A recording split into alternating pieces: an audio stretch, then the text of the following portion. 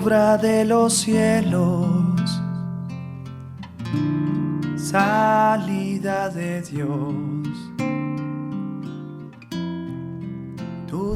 Bienvenidos a este encuentro en el que progresaremos un poquito más en el conocimiento de un gran hombre, ni más ni menos que de San José. Bueno, en estos días pasados hemos tenido oportunidad para profundizar en diversos temas análogos o fundamentales para entender cada vez más mejor la situación en que, desde el punto de vista del aprecio, del amor, de la entrega, estamos siguiendo o no siguiendo como debe ser la línea que siguió el Señor Jesús, siendo niño, siendo joven, siendo hombre. Amar a su papá. Vamos a encontrar una fórmula adecuada a lo que el magisterio de la Iglesia nos ha enseñado siempre y mejorar ciertas cosas u ofrecer por lo menos algunas herramientas para mejorar un poco ciertas expresiones no muy adecuadas a propósito de San José y de su esposa, porque son uno solo, según el deseo de Dios en cada matrimonio. Bueno, vamos a hablar entonces un poquito del origen de Eva. Hay un evangelio apócrifo de Felipe, se llama el evangelio apócrifo. Apócrifo sabemos que quiere decir falso, donde se habla de este problema, este tema, el origen de Eva, de dónde sale Eva. Claro, es un escrito de origen gnóstico, por lo tanto está todo empapado de una desviación a veces evidentísima, flagrante, que no tiene nada que ver con la verdad. Pero en todo caso, ese era uno de los elementos fundamentales de la vivencia ordinaria del mundo de ese tiempo. Los 6 primeros siglos de la Iglesia tuvieron todo tipo de personas, unas más inteligentes, otras menos inteligentes, unas más santas, otras menos santas, y entre todas ellas, pues hubo algunas exageraciones. Por ejemplo, en este evangelio, llamamos así porque así lo han llamado la tradición, en este evangelio que no es auténtico, que es apócrifo, ¿qué se dice? Por ejemplo, se habla de que primeramente vivía la mónada. Ellos no se agarran de las enseñanzas bíblicas, suponen una serie de fábulas para hacerlo entender a su manera mejor. La mónada es una expresión filosófica que representa el todo y el unum. Es una expresión inventada, digámoslo así, por un famoso filósofo alemán, Leibniz. Este señor le pareció que la expresión mónada venía a dar exactamente una luz muy nueva para entender el ser, hablando del ser como tal. Bueno, este señor Leibniz pues no tiene nada más que ver con nosotros, ya es una persona, un gran filósofo. En cambio, estos otros personajes que vamos a nombrar sí tienen su fundamento para darle el contexto más o menos amplio de la vida y del pensamiento del mundo en tiempos de estas personas, los gnósticos. Entonces, hay una opinión de un Tasiano, un doctor de la teología, que analiza este trocito de la primera carta de los Corintios, el capítulo 7, versículo 5. 1 de Corintios 7,5. En contraste con la oración, la plegaria, la comunión carnal. Ellos hacen dan una visión paralela de dos cosas que pudieran ser dos grandes valores. Primero, hablan de que el marido y la mujer se unen en armonía para orar y para hablar con Dios. Esa es una cosa muy buena, dicen ellos. Pero a continuación dicen también que para unirse entre sí se apartan de Dios. Para hablar con Dios se unen entre sí. Y para unirse entre sí sexualmente se alejan de Dios. Ese es el principio de estos señores gnósticos a propósito del matrimonio, y a propósito también lo van a decir a propósito de Eva. Eva, nuestra madre de todos, decimos nosotros, sería en este contexto un personaje dualista, es decir, ya no hablando de la mónada, sino del dualismo normal. Sería una afirmación que incidió profundamente en la apreciación cristiana del matrimonio. Es decir, cuando se dice que para encontrarse con Dios hay que unirse, hay que orar unidos, una cosa buena. Pero para encontrarse con Él fuera de la oración y tener el acto sexual, eso para ellos es una cosa muy mala. Tan mala que ellos la califican exactamente como algo ilícito y contrario al amor de Dios y al plan de Dios. Bueno, entonces en esa situación, eso incidió profundamente en la apreciación del matrimonio en los primeros siglos cristianos. Eso no hay duda. Y parecería que todavía hay en muchas, o no todas, muchas familias, una apreciación semejante. Les parece que la unión sexual de los casados es mala. Hace unos años que había grande piedad en los campos y tal, muchísimas mujeres se negaban al acto sexual con su marido por una razón que ellos no sabían de dónde salía. Salía de aquí, de que los gnósticos decían que la unión sexual es mala y que lo bueno es orar y estar delante de Dios. Eso también, a los ojos de los severos, de los exigentes, de los, entre comillas, místicos exagerados, también estuvo de moda, diríamos, durante mucho tiempo, y sufrieron, o quizás algunos matrimonios todavía sufren esas dificultades. No están de acuerdo totalmente, y tal vez no pueden estar, en que para orar hay que unirse, y para tener el acto sexual hay que separarse, es decir, no hay que tener el acto sexual. Así un matrimonio bendecido por Dios. Bueno, eso creo yo que es una ignorancia ya demasiado avanzada, pero que necesitaría curación, necesitaría renovación de cultos, etcétera, ¿no? ¿Qué quiere el Señor del matrimonio? ¿Para qué es el matrimonio? ¿Para qué el Señor inventó el matrimonio si no fue para la multiplicidad, la multiplicación de las personas humanas como Dios quiere? Bueno, eso está de por medio al conocimiento de quién es o qué hizo Eva. Los gnósticos no van a las Sagradas Escrituras a ver cómo aparece la creación de Eva. No les interesa.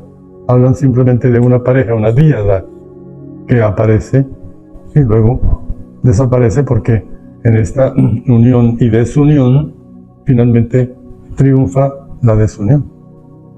Triunfa el hacer cada uno lo que quiere. Y algunos lo justifican diciendo que eso es voluntad de Dios.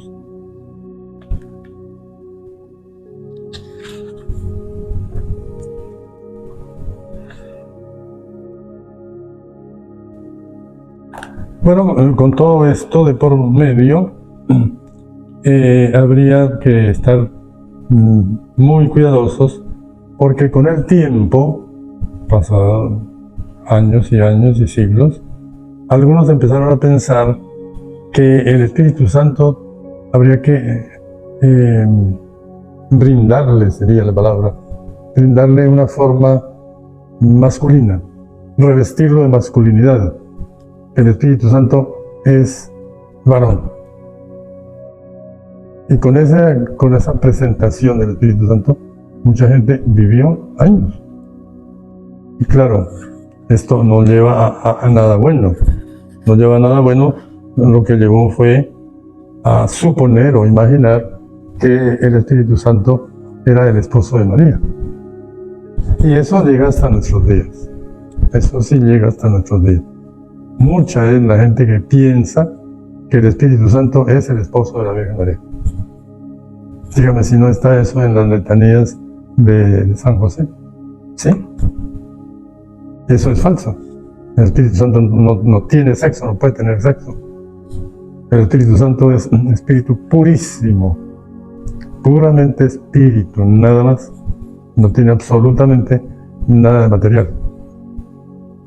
Bueno, en todo caso, esta serie de reflexiones puede ser que nos parezcan a veces ridículas, a veces inconsistentes, pero en el mundo de su tiempo y tal vez para nuestro mundo, en algunas regiones, son todavía razones por las cuales los matrimonios no funcionan. Y no basta decir una excelente preparación para el matrimonio. Le dimos 30 charlas a estos que iban a casar, pero de eso no hablamos nunca nada. Y la tuvimos callada. Bueno, hay que saber entonces que ciertas cosas, ciertas atribuciones que después resultaron piadosas, porque pasaron a las letanías, por ejemplo, no son buenas y son falsas. ¿Y derivan de dónde? Derivan de interpretaciones fabulosas, fábulas, que hicieron los gnósticos, o que hacen los gnósticos todavía. Tenemos que recordar, que no se nos olvide, que Juan Pablo II lo decía.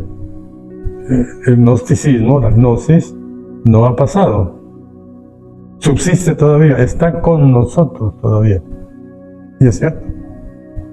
Tal vez no será con el mismo boom de otros tiempos, pero por debajo puede ser el alimento de varias o muchas sectas que no conocemos exactamente de dónde vengan ni a dónde vayan.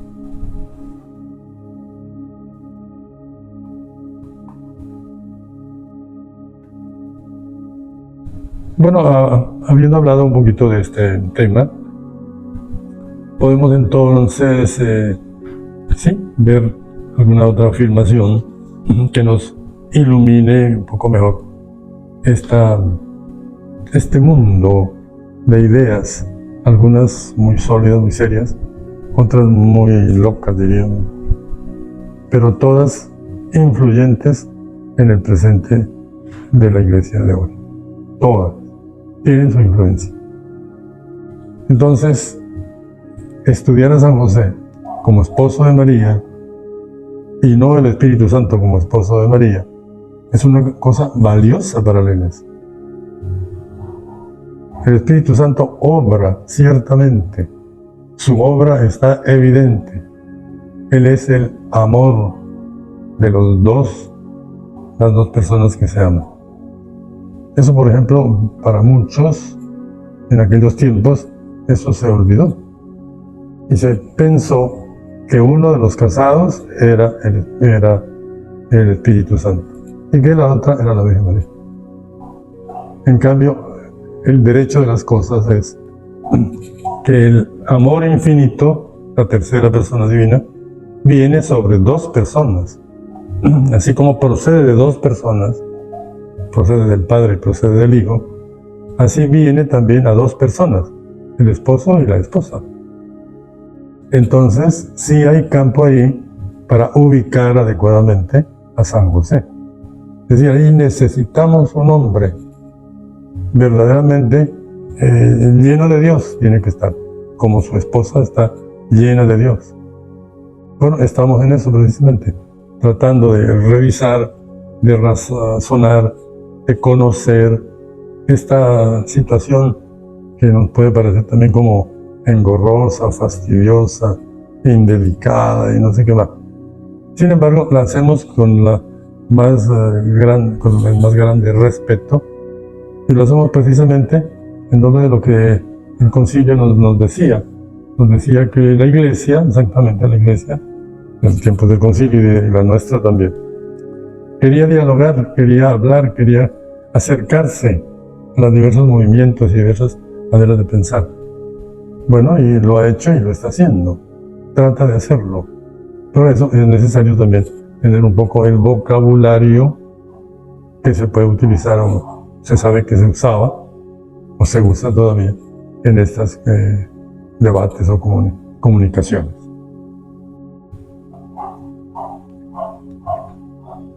Bueno, hemos llegado a ver un detalle, no es un detalle, pero es un dato muy, muy interesante, es conversar un poquito sobre la encarnación del Verbo. Hemos hablado de la procedencia del Espíritu Santo. Hemos hablado de esta Eva. Hemos hablado de las actitudes que se han tenido a lo largo de la historia a propósito del matrimonio. Se acerca o aleja de Dios. Ahora vamos a hablar un poquito de la encarnación del Verbo. Bueno, para la encarnación del Verbo también aquí sucede lo que ha sucedido con todos los demás. Hay que vernoslas con los gnósticos.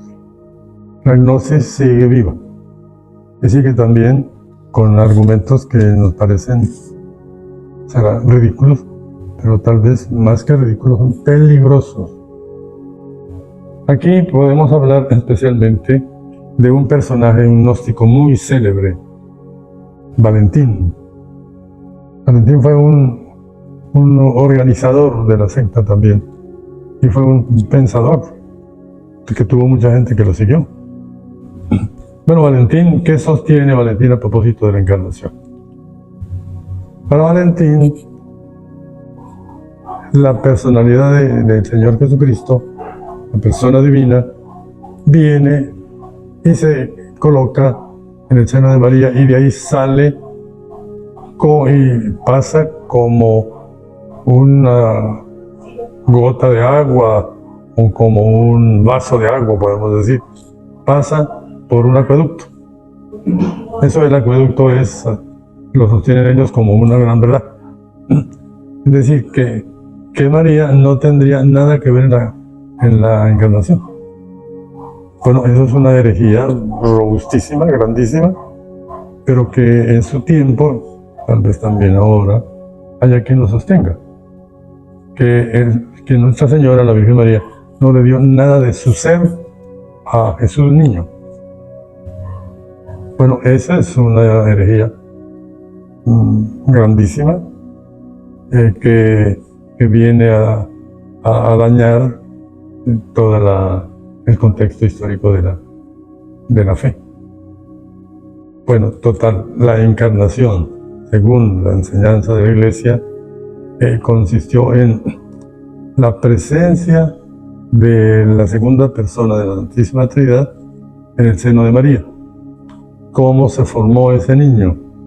Bueno, para que sea semejante a nosotros, para que sea verdadero hombre, tiene que tener los elementos masculinos que tenemos los hombres y tener el apoyo femenino y los elementos femeninos que se encuentran en el seno de la madre. Esas dos cosas son fundamentales para que una persona sea humana.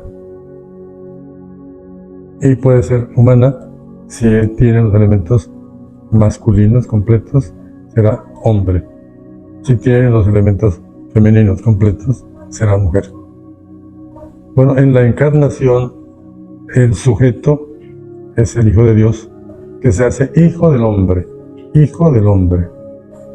Y es bien interesante que el Señor, Hijo del Hombre, se llama a sí mismo Hijo de Hombre, como 18, 19 veces en el Nuevo Testamento, en los Evangelios, mejor dicho.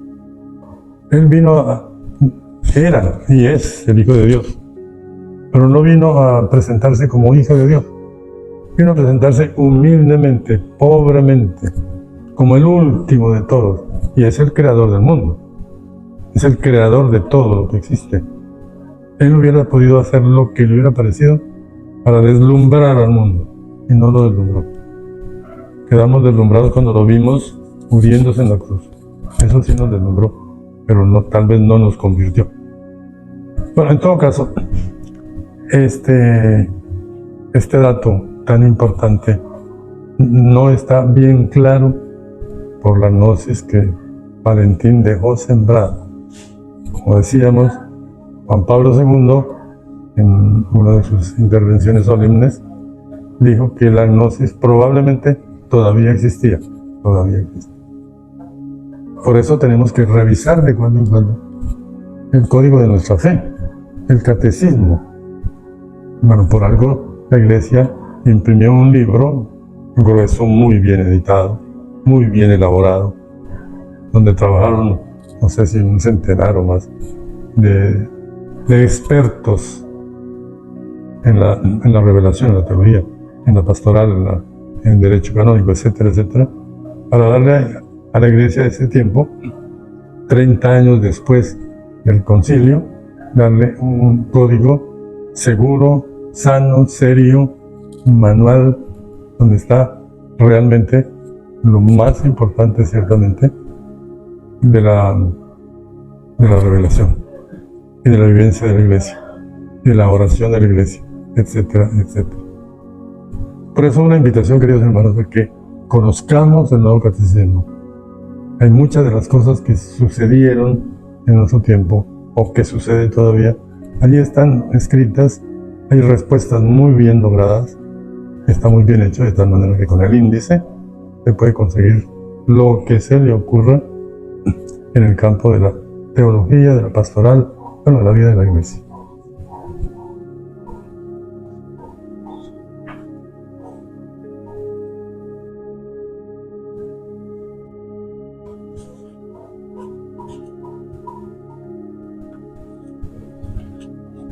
Bueno, por otra parte, es bueno que recordemos cómo estos doctores de la ley cristiana, doctores de la verdad revelada, teólogos famosos, teólogos, algunos de ellos, muchos de ellos santos canonizados, vivieron en un contexto, el contexto de su vida, que no era ferviente, no era fervoroso. Eso ha sucedido durante 20 siglos y tanto, ¿no? Que gente muy buena, muy inteligente, muy capaz, que el día de mañana los veremos en los altares, esas personas han hecho su trabajo sin ínfulas de que yo soy nadie. El Señor me envió a decirles y aquí está luego lo que me mandó a decir. Bueno, eso sigue todavía. Hay personas muy buenas, muy inteligentes, muy capaces. Hay universidades, hay centros de estudio muy destacados en la vida del mundo y en la vida de la Iglesia. Pudiéramos todos los cristianos, los católicos, tener un poco más de información y de formación cristiana con tantos elementos de crecimiento en la fe que tiene nuestro pueblo, o nuestra época, mejor dicho. Nuestra época tiene una capacidad enorme de conocimiento de la fe, de profundización de la fe, de muchas cosas que nuestros abuelos, nuestros antepasados, no se soñaron eso, ni pudieron soñarse. Hoy tenemos herramientas muy valiosas y de eso debemos dar cuenta a Dios. Por eso no desperdiciemos, queridos hermanos, el tiempo en cosas inútiles o secundarias. Vamos a lo más decisivo, que es nuestro futuro, la vida con Dios. Esa vida con Dios se trabaja, se construye aquí. Y para eso Dios nos llamó, para eso somos bautizados, para eso tenemos oportunidades de enseñanza, recibir esa enseñanza, dar esa enseñanza. Bueno, mis queridos hermanos, yo creo que por el día de hoy ya podemos dejarla como está. Y que el Señor nos bendiga, nos ayude y que seamos siempre fieles a Él. Estos datos que recogimos hoy están en el libro, habría que leerlos despacio. Lo cierto, es verdad, hay términos un poco difíciles en otras lenguas, en griego, en hebreo no, pero en latín sí. Pero bueno, así y todo, en el Nuevo Catecismo, todo eso está traducido. Bueno, que el Señor nos bendiga, nos guarde y nos ayude. Amén.